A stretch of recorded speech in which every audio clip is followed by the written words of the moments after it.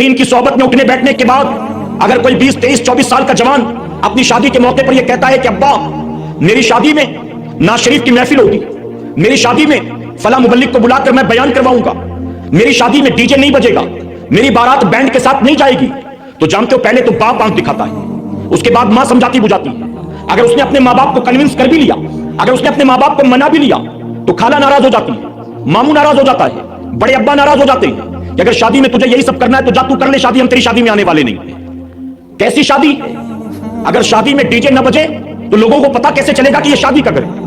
अगर पूरी गली सजाई न जाए, हल्दी मेहंदी की रस्में न की जाए तो लोगों को पता कैसे चलेगा कि शादी का घर? खाला कहती है मेरे अरमान कितने थे तुझे पता है तेरी शादी के लिए, और तूने सारे अरमान पे पानी फेर दिया, तू गाने नहीं देगा, तू ढोल बजाने नहीं देगा, पूरे गांव के रज्जगे हम करते हैं और अपने घर में रज्जगा ही नहीं। इस तरह से खानदान वाले अड़ जाते हैं।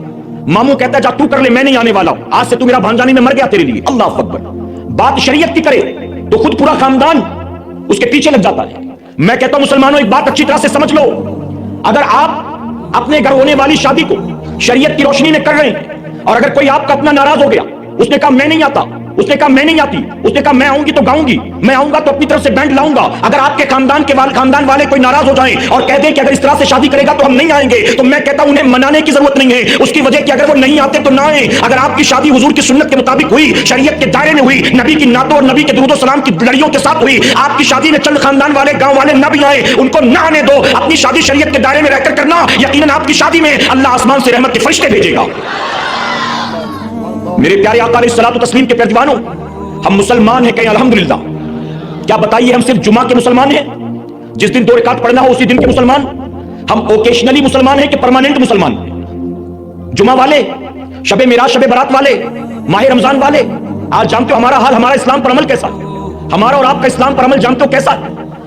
हमारे यहां किसी का इंतकाल तो इंतकाल के बाद तीजा भी कर रहे हैं, 8वां 10वां 40वां बरसी भी, और इन चीजों पर इन मौकों पर क्या करते हैं? कुरान ख्वानी होती है, आयत करीमा का खत्म होता है, कभी डेगे पकाकर गरीब गुरबा को खिलाया जाता है, यानी उनके इसाले सवाब के लिए सब कुछ करते हैं। किसी का इंतकाल हो जाए घर में तो तीजा 8वां 10वां 40वां बरसी, और उसी घर में 6 महीने 8 महीने के बाद शादी हो तो डीजे भी बज रहा है, बैंड बाजा भी आ गया है, पटाखे भी खरीद लाए। मैं पूछता हूं ये कैसा इस्लाम पर अमल? ये आधा तीतर आधा बटेर नहीं चलने वाला है।